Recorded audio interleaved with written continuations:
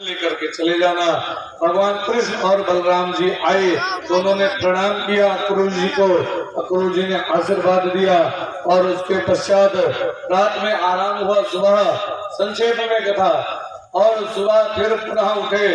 उठने के पश्चात फिर तैयार हो, अब ब्रज के लिए मथुरा के लिए जाना है। कृष्ण बलराम तैयार हुए, क्रूर जी तैयार होकर के रथ पर बिठा करके लेकर चल दिए। कृष्ण बलराम को जाता हुआ देख करके गांव में हल्ला हो गया, तो सब हल्ला हो गया कि कृष्ण बलराम मथुरा जा रहे हैं। सब ब्रजवासी जितने ग्वाल बाल थे सब लोगों ने बैलगाड़ी तैयार कर ली कि हम भी जाएंगे, और यहाँ तक कि नंद बाबा इत्यादि भी उनके साथ में गए। बलराम और कृष्ण को रथ पर बिठाया और बाकी सब लोग बैलगाड़ी पर बैठ करके जो है मथुरा की तरफ चले। रास्ते में गोपियां मिली, गोपियों ने कहा, कन्हैया ऐसे नहीं जाने देंगे। भगवान कृष्ण आए, समझाया चिंता मत करो, मैं ज्यादा दिन के लिए थोड़े न जा रहा हूँ, 2 दिन मेला देखूंगा, तीसरे दिन लौट आऊंगा, परसों में चले आऊंगा। तो कहा आज कल मेला देखूंगा, परसों चलाऊंगा। तो कहा अच्छा ठीक है, आओगे कहाँ? तब जाने दिया गोपियों ने, राधा रानी इत्यादि गोपियों ने। तब भगवान आए, और आए यहाँ पर तो रास्ते में गेट देखा तो ग्वाल वाले को कहने लगे, कन्हैया ये कहाँ जा रहे हैं? कन्हैया ने कहा हमारे मामा के घर। अरे हम तो जानते थे मेला देखने आए हैं, मामा के घर ले जा रहे हो, हम अच्छे अच्छे वस्त्र पहन करके आते, अब बताओ हमने फटे फटे वस्त्र पहन रखे हैं, तुम्हारे मामा के यहाँ कैसे चले? तुम्हारे मामा कौन है? हाँ यहाँ के राजा हैं। अच्छा तब तो बड़ा गड़बड़ हो गया, अब राजा के लिए राजसी वस्त्र होना चाहिए। तो कहा कन्हैया ने चलो देखते हैं कहीं ले लिया जाएगा। चल दिए धीरे धीरे, और चलते चलते पहुंच गए एक रास्ते में। धोबी कहा, धोबी से कहा, ए मुझे वस्त्रन को दे दो। धोबी ने कहा है बट अहिर कहीं के वस्त्र पहनोगे, वो भी राजा के? अहिर हो, अहिर की तरह रहो। हम लोग कह नहीं देते हैं, लेकिन भगवान ने कहा देखो हम मांग रहे थे, इसने मना कर दिया। भगवान ने एक थप्पड़ मारा, उसका गला कट के अलग गिरा। किसी ने कहा ये तो बड़ी विचित्र बात है, थप्पड़ मारने से कहा गला कट जाता है? तो कहा रहीमदास जी ने लिखा, रहीमन वही नर मर चुके जो कहूं मांग न जाए, और उनसे पहले वही मरे जे मुख निकसत नाए। वो नर पहले ही मर चुके जो कहीं मांगने जाए, और जो मांगने के लिए आया है और उसको देने से मना कर दिया, सामान है भी तब भी मना कर दिया, तो उनसे पहले वो मर चुका है। तो कहा वो तो मर चुका था पहले ही जब उसने मना किया, बस केवल उसका गला अलग करना था। भगवान ने थप्पड़ मार करके गला अलग कर दिया। बोले वृंदावन बिहारी लाल की। इस प्रकार भगवान ने उन सबको वस्त्र दिलाया, और वस्त्र दिलाने के पश्चात अब जो है इन वस्त्रन को पहन लो, पहन लिया सब ग्वाल वालों में। लेकिन वो जैसे पूरा सड़क बाहर चले, जैसे जानते रहे हैंगर पर टांगा है वस्त्र। अब मोटे मोटे राजा उनके वस्त्र, और पतले पतले बच्चे छोटे छोटे ग्वाल वाले, इनके शरीर पर जब वो पड़ा, इन्हें जानते जैसे हैंगर पर टांगा है, और जब चले तो पूरी सड़क वैसे बाहर ही जाए। इसे ढाई गिरा जाता है तो वहां क्लिक करके इकट्ठा हो जाता है। जब गिरा के चलो ढाई, कोई लेके देखो गिरावट ढाई जो सड़की पर, तो जितना कूड़ा करकट हुई हीरा पीरा जो कुछ परा हुई सब इकट्ठा के लिए, इकट्ठा करके जहाँ ढाई रुकी तहाँ करकट रुक जाये। ऐसे जो है इन लोगों के वस्त्र गिराया जाए, और जितना करकट रहा है मथुरा के गली के सब जो है साफ करते हुए चले। तब तक जो है भगवान सबको इधर उधर देखे। जो कृष्ण भगवान थे ये कभी शर्म नहीं किए, सब गोपियों को दर्शन दिया। राम जी तो शर्म करते थे, लेकिन उन्होंने बिल्कुल इनको संकोच नहीं हुआ, और सबको दर्शन देने के पश्चात कोई कहे इसने ही पूतना को मारा है, कोई कहे इसे ने अघासुर को मारा है, कोई कहे ये बकासुर को मारने वाला। अरे कहा इसने जितने राक्षस थे सबने मार दिया, छोटा सा बालक, ये तो बड़ा प्रतापी बालक है।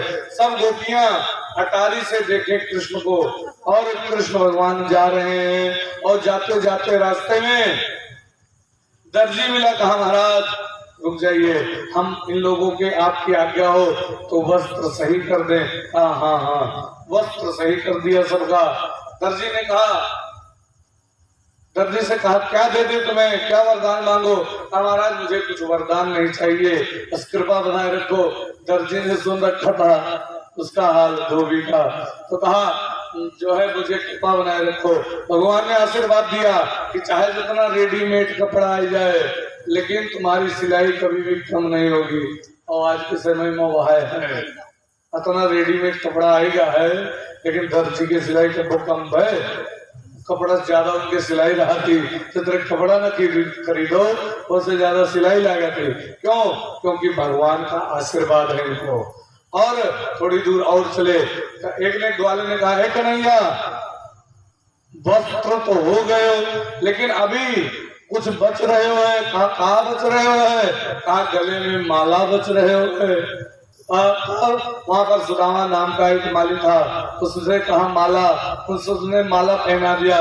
कहा कन्हैया अब तो बढ़िया श्रृंगार भय गए हो, लेकिन अभी भी कुछ रह गए हो है। कहा रह गए हो है? अभी जो है मुख में पान होना चाहिए, पान सबको खिलाया।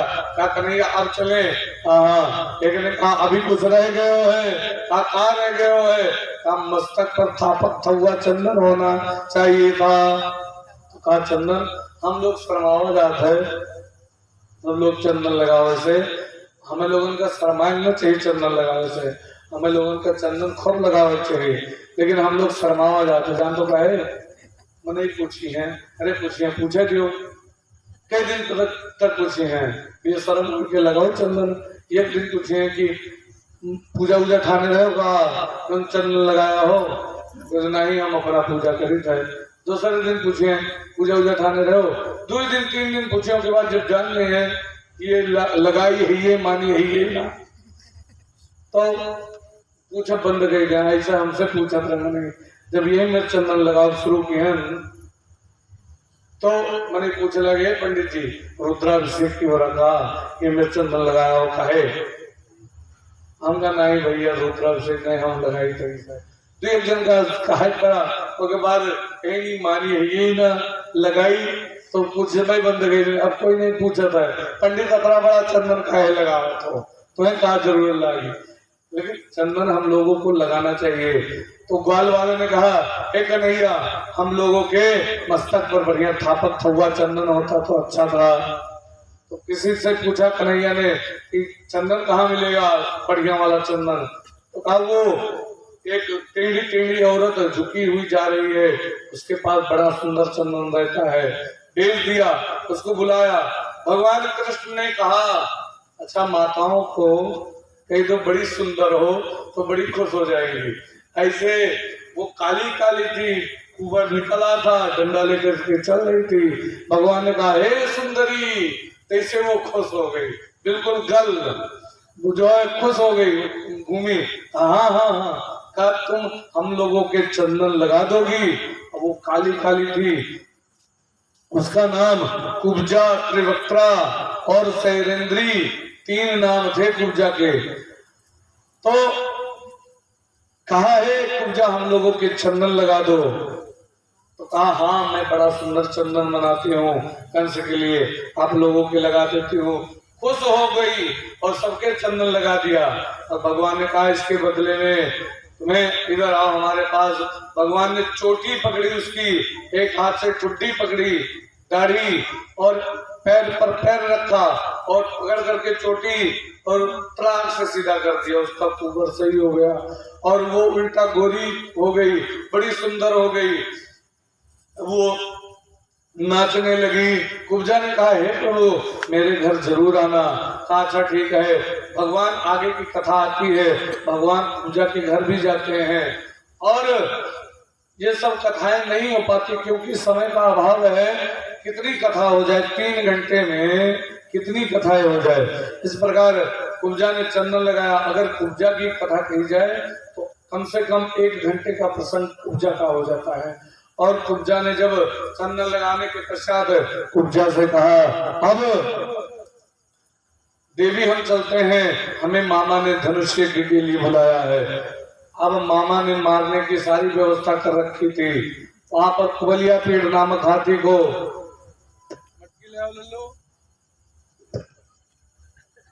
कुबलिया पीड़ हाथी को वहां पर जो है उसको मदिरा पान करा करके मदमस्त कर दिया था और उसको जो है भगवान को मारने के लिए कुबलिया पीड़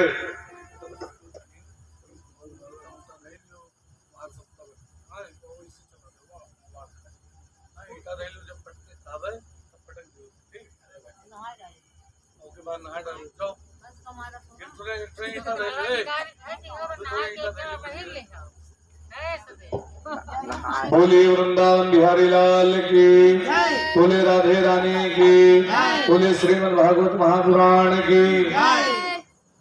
कुबलिया अच्छा कहाँ रही कथा कोई बताओ? कुबली के आगे पहुंच गया। कुबलिया पीड़ नाम का हाथी को मदमस्त कर दिया भगवान को मारने के लिए। अब कुबलिया पीड़ हाथी आया, भगवान को पैर से कुचलना चाहता था।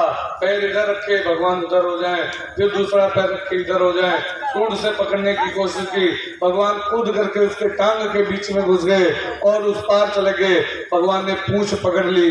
अब कुबलिया पीड़ हाथी घूम तो सकता नहीं, भगवान ने पूंछ पकड़ी और घुमा करके पटक दिया हाथी को और कुबलिया पीड़ हाथी मारा गया।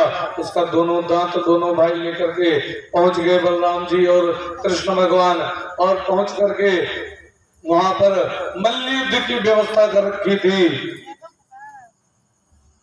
किसने? कंस ने मल्ल युद्ध की व्यवस्था कर रखी थी। कौन सा मल्ल युद्ध? मल्ल युद्ध कहते हैं कुश्ती को। कोई कुश्ती तो बाद में आई उर्दू शब्द होगा, लेकिन मल्ल युद्ध उसको कहते हैं हिंदी में हमारे। तो कहा मल्ल युद्ध की व्यवस्था कर रखी थी। दो पहलवान थे, एक चारुण, एक का नाम था मुष्टिक। मुष्टिक और चारुण ये दोनों बड़े विचित्र पहलवान थे। मुष्टिक जो था, मुष्टिक था, लड़ते लड़ते वो ऐसा मुक्का मारता था माथे पर कि सामने वाला तुरंत गिर करके पहलवान मर जाता था।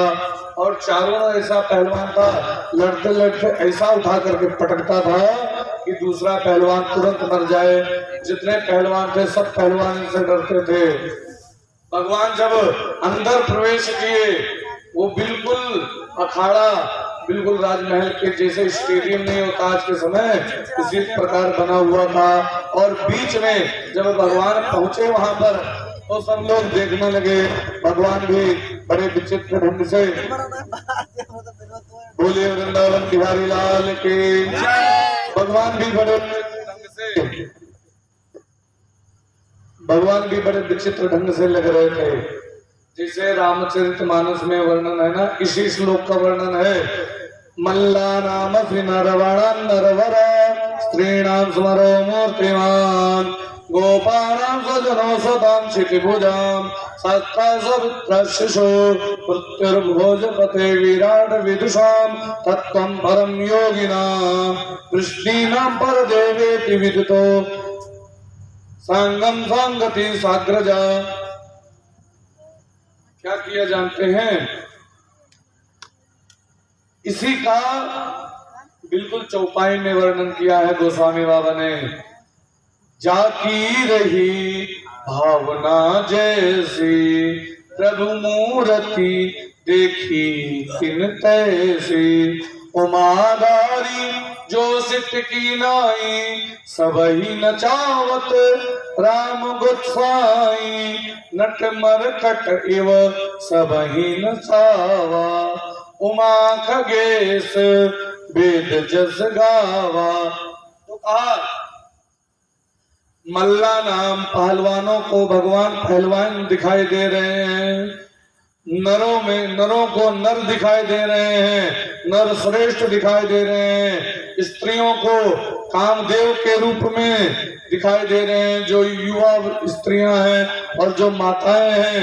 गोपा नाम स्वजनों सताम, गोपों को अपने भाई के रूप में दिखाई दे रहे हैं भगवान।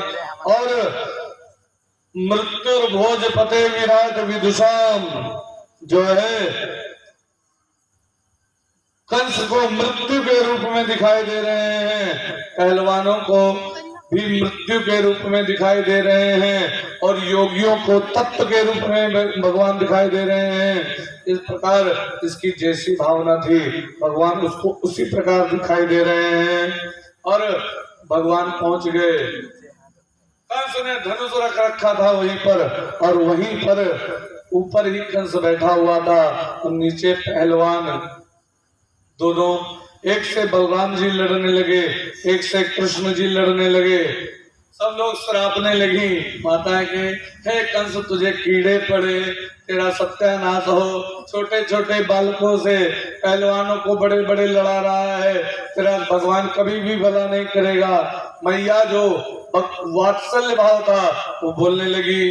अब जोर से तो बोल नहीं सकती थी क्योंकि कंस का राज था, तो मन ही मन कहे कि ये बहुत गलत कर रहा है।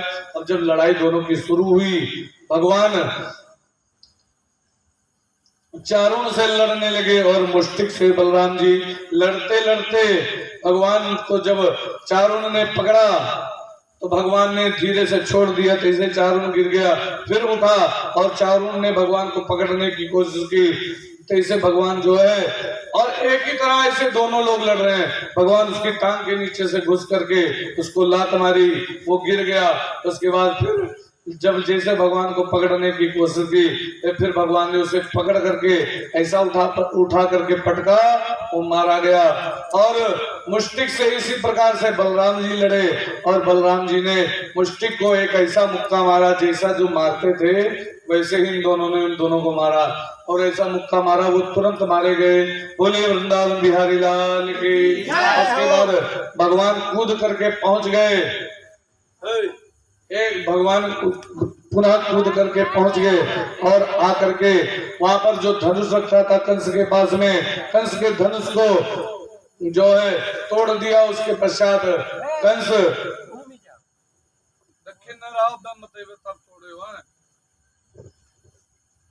उसके पश्चात कंस जो है समझ गया कि ये मुझे मार डालेगा। कंस को ये बात मालूम हो गई कि ये मुझे जो है छोड़ेगा नहीं, क्योंकि ब्रह्मा जी का जो वरदान था उस वरदान के अनुसार जो देखा जाए तो कंस की मृत्यु नजदीक थी, क्योंकि धनुष भी टूट चुका था। और कंस ने कहा, कंस वहां पर भागा,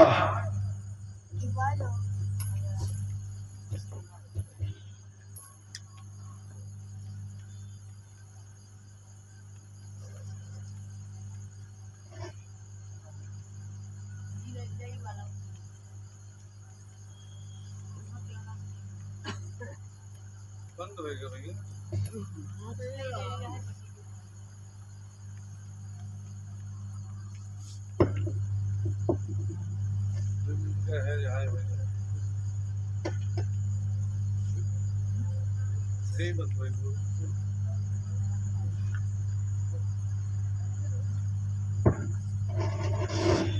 सीताराम सीताराम सीताराम सीताराम सीताराम, जय श्री राधे, जय घनश्याम, जय श्री सीताराम, सीताराम सीताराम सीताराम सीताराम। बोला कि हाँ वैसा है भैया, सीताराम सीताराम सीताराम सीताराम। अरे 2 मिनट के और कथा रे लल्लू। सीताराम सीताराम